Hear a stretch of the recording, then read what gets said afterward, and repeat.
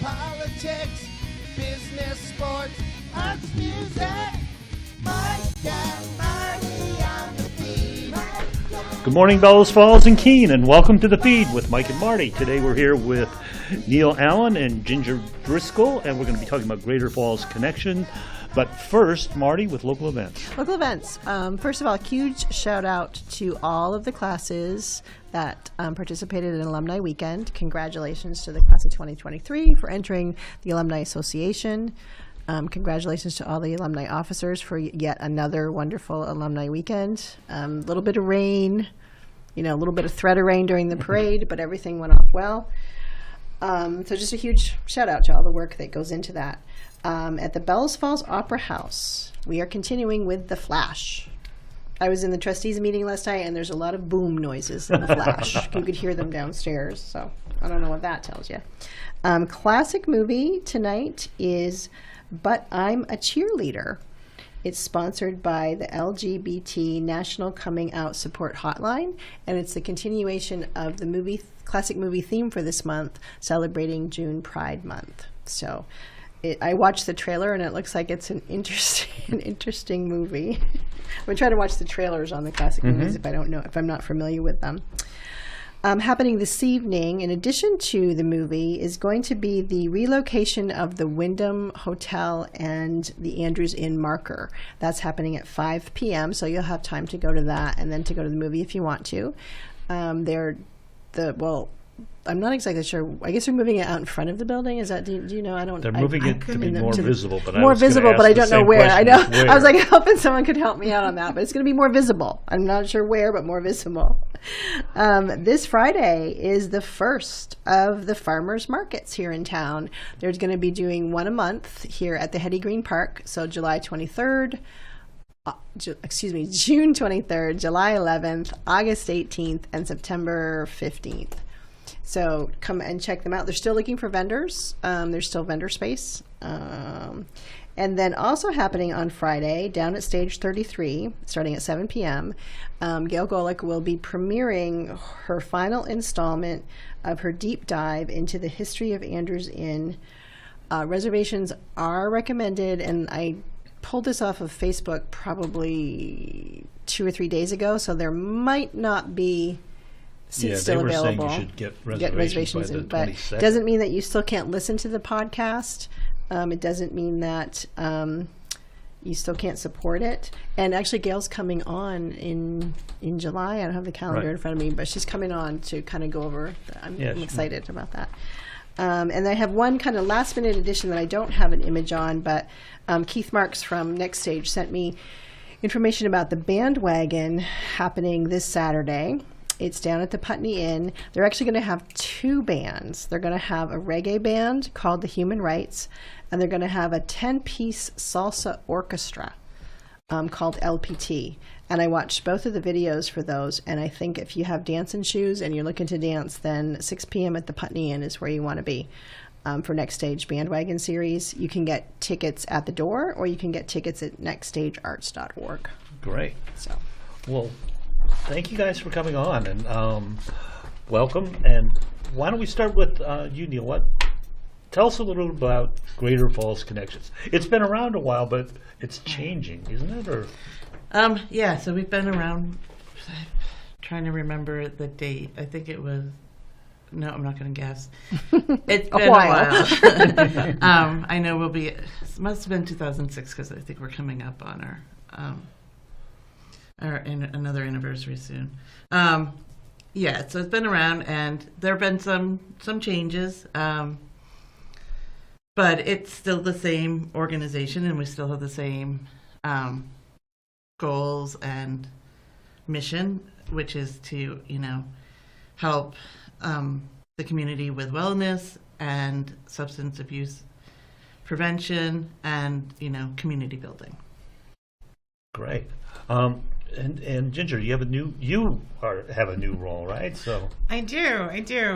So I had worked for Greater Falls Connections a couple years ago as an administrative assistant, and then I left. And I came back as an administrative assistant again, but with some additional roles like fundraising and development, But recently, I just stepped into a new role as prevention specialist. Oh, wow. Still doing a little bit of the other things, but I'm really excited to engage in the community with this new role. Great. And what would you say? Oh, sorry. Go I was ahead. just going to say, so I know that I was on your advisory board for a while, and I always found kind of the hardest thing for people to understand is really what is a public health coalition? What does that mean? So public health is something we recently added to the website and our description of what we do, because it is what we do, but it wasn't there before, and it changes what that means. So our focus is on wellness and health, so that's the public health part. The coalition is, everybody who lives within this school district is a member of the coalition. And there's no sign-up sheet, there's nothing you have to do, you're just there. So, you can come to our event, you can come to our board meetings, our annual meeting, you can come and vote, but it basically means the whole community. If you support what we do, you're part of the coalition. And you do a lot.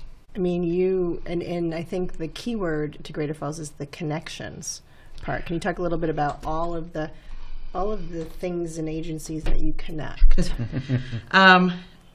We do connect with a lot of the local agencies, and some of our key partners are Turning Point, which is located at Parks Place, and then there's we have the library. We collaborate with Parks Place,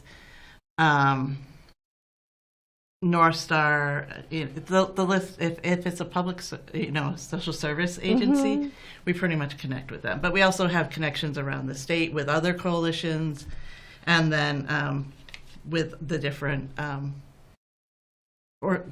kind of substance abuse things. So we have the tobacco group, and then we have like cannabis, and then there's the alcohol stuff. So we're connected locally through the county level, and then statewide. And you guys are a great source of information. I know that when was it a year ago there was a cannabis, wasn't there a cannabis forum? Yeah, it was And before guys- I started, but I do know a little bit about it. Yeah, and so it was nice that you had all the information, that you came to the forum and you had a lot of solid information to provide. And I think that's a key component for people to understand, is that you guys, this is what you do. Right. So, yeah. We may not have all of the answers, but we hope to have the best answers that are available. And, sometimes, with all things, it changes.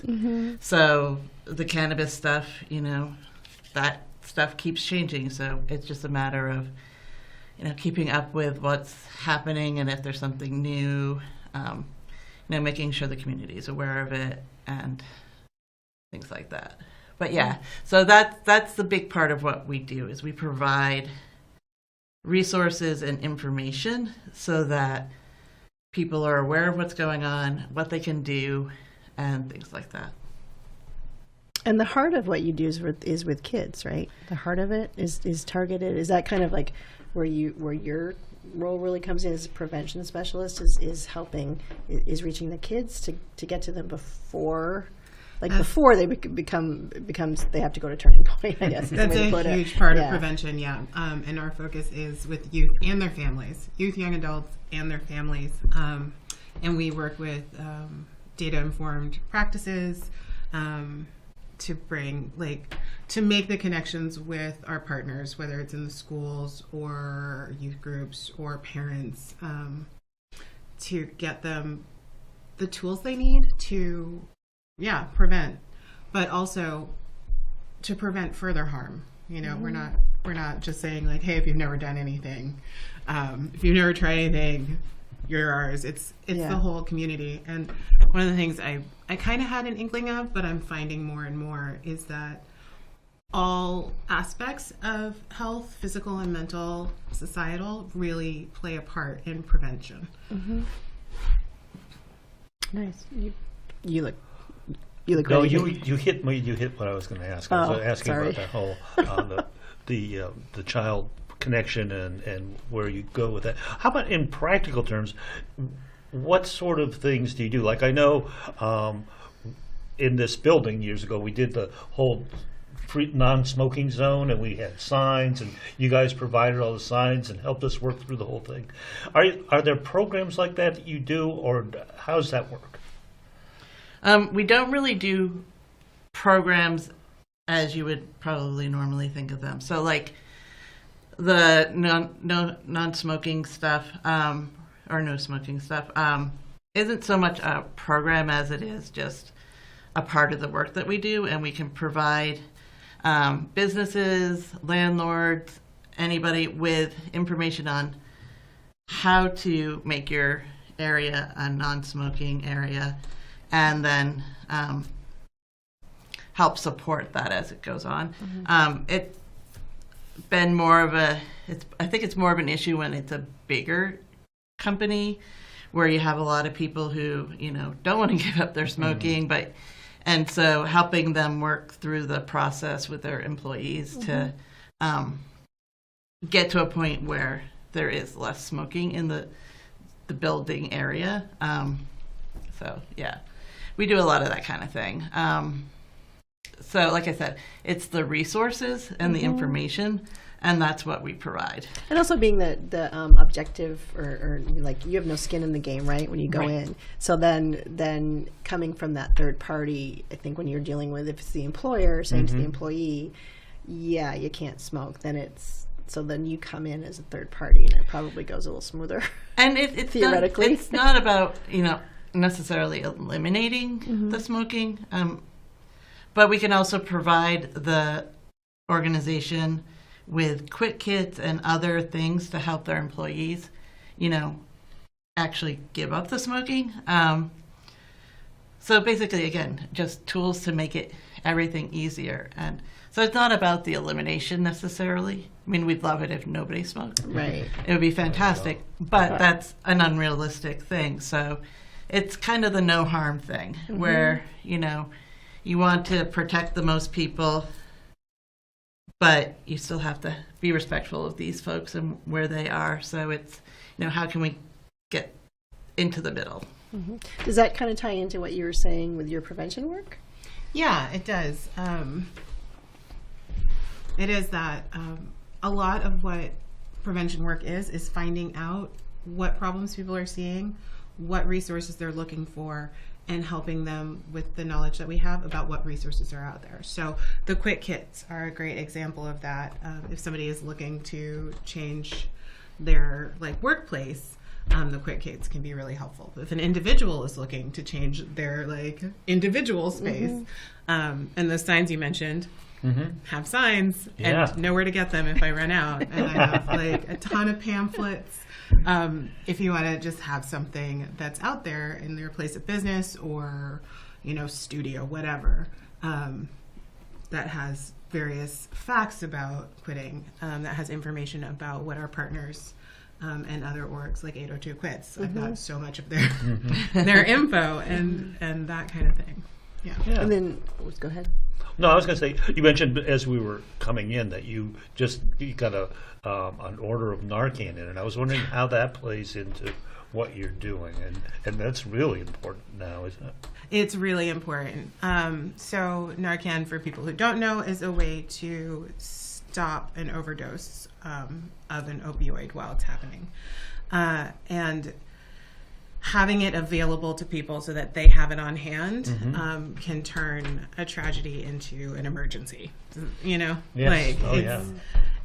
It's an option to give somebody another chance to make a change in their life instead of losing their life. And one of the things that I do is I have the resources to bring it in, and then I know who's looking for it, or I can check out with who's looking for it. Yeah. Because I guess the most important thing with Narcan is it's an amazing thing, but it's not any good if it's not there when you need it. Exactly. And that's the real difficult part is getting it there so that, because it does save lives. It's amazing. Yeah. And we can also connect people or organizations with organizations that do the Narcan training. That's one of the steps that's on my to-do list right now for a specific place. I need to get them in touch with somebody for the Narcan training so that on another level, not only do we have the actual thing in the community, but we also have people who know how to use it and feel confident about using it. It's really easy. No, okay. Yeah, It is. It's a super easy thing, but if in the moment, it's like, oh my God, this person is like, in front of me, and, having that and practicing it. Yeah, I haven't had to do it yet. And, and the community can come into Parks Place and visit us and pick up Narcan as well. It's not just for, our community partners. It's for anybody in the community. So if you want to stop in and you need a couple boxes just to make sure you have it, you can stop in and we'd be happy to see you. We want people coming in and seeing us and getting to know the community better. So, yeah. Well, speaking of getting to know the community better and people coming in to see, don't you have a big event coming up, right? Yes. So we have our annual meeting and our community potluck barbecue. It's on June 28th from 6 to 7:30 at the Rockingham Rec Center. Basically, we bring the meat stuff, so we're going to have hamburgers, hot dogs, and then several vegan options.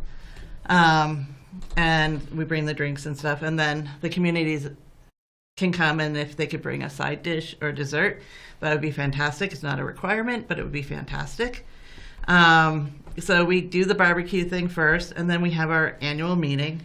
At the meeting, we kind of talk about, what's been going on in over the last year, what kind of things we're looking at doing in the coming year, and then we vote in the officers for the advisory board. And then this year, we're changing our mission and vision statements, as well as the advisory board bylaws.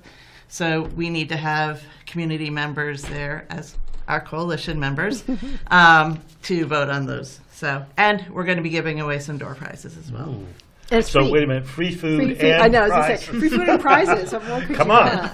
What else can you ask for? Can you speak a little bit about how your advisory board works? And I know that you're probably always looking for more bodies on the advisory board. Yeah, so. we have a very small advisory board at the moment, and we'd very much like to change that.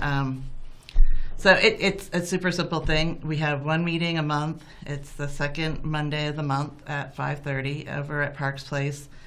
And you just come and you help advise about Greater Falls. And there's really no major responsibilities or anything. But it's just so we can hear from the community and have that input and support. So usually at a meeting, I share about what's been going on with our programs, if something new is happening, if something is changing. We talk about if we're doing events, so like we have the event. The advisory board's not like hugely involved in the planning of this, but they need to know all the details and everything. So we go over those things, and occasionally you have to come in and volunteer when we're at events, like when we go to the Flannel Festival. It's nice to have board members there so that the staff isn't doing all of the work of that long 2-day weekend. Yeah, that's a big commitment up there, yeah. I was there both days, all day last year, and it's great. You get to have fun and meet people, but also it's a very long time. So having members of the advisory board there is amazing. So yeah, it's super simple. If you're interested, you can just reach out to me at Parks Place. And yeah. And I think, like ideally, well, first of all, you have a unique board because you have youth on your board. Yes. So that's one of the things that has been for several years now, a thing where they wanted to have youth on the board because there's a phrase in prevention, nothing for us without us. Mm-hmm. And since we're focused on primarily youth, young adults, and their families, we need to have some youth there. It's good leadership training and lots of things like that. Currently, we don't have anybody, so if there are any youth out there who are interested in learning more about being on a board and the prevention work that we do, that would be spectacular. Again, you can just reach out to me about that. So yeah, and so the youth is, and we haven't had one before, and it's something that's on our plate for the upcoming year is to create an advisory board for youth. And that way, would be just composed of that would just be oh, youth. Interesting, yeah. Most of the coalitions have something like that. But again, it's nothing for us without us. So it's a really important thing, and it's not been something that's been able to be done before. But I think we need to have that focus. So are these issues things that you will focus on at the barbecue in the annual meeting? Are those these the there'll the be items? things that we can talk about. Yeah. So that people the can coming give input. For the coming year. And so the other thing we're going to be looking at, we had a retreat last November where we kind of identified like 15 different things that the advisory board and staff wanted to see happening. And so this year, we're at our retreat, we're going to look at what's there, identify what we want to work on, and then start having those community meetings where everybody's invited to come in and share and help us know what direction we should be taking. We have great ideas, we think, but without true. the community's Right. input, we don't know if anybody else agrees with that. The full knowledge lies within the full community. Right. Right. Yes. So, and we'll have a survey going out that'll, if you can't come to the community meetings, we'll have a survey which will be available on our website, on Facebook, and all those places, but not yet. That'll be That's coming. in like January, probably. TBD, to be determined. Yes. I have to. I just have to interject that if someone's thinking about doing service with some kind of board, I think your board is a good board to start with, because sometimes you can get overwhelmed depending on what board you get on. And I think it's fun. It's interesting. It's not just listening to reports about whatever, but it's an interesting board, and it's a low entry commitment level. Yes. Like some boards, you have a pretty high commitment level. So I would encourage people, and I'm guessing that you ideally would like to have like every representation from every group that you serve in every area too. Not so if someone doesn't live in Bellows Falls, they can certainly think that's so if you're in Saxons River or Westminster or any of the towns in the school district, you're welcome to be on the board. We're looking for, we have someone from the library, we have a state representative, we have someone from prevention, and then we have a community member who is business. So there's lots of room for lots of different people. So, if you're a mom who, feels strongly about prevention, give me a call. Like I said, it's a once a month commitment, except for the annual meeting. That month there might be 2 meetings. Not annual meeting, the board retreat. But yeah, we're very low key. We loosely follow Robert's rules just because they're really good for, moving things forward. And you have to have some kind of a backbone Structure. to fall back on. Yeah. But it's very informal. We have a lot of fun at the meetings.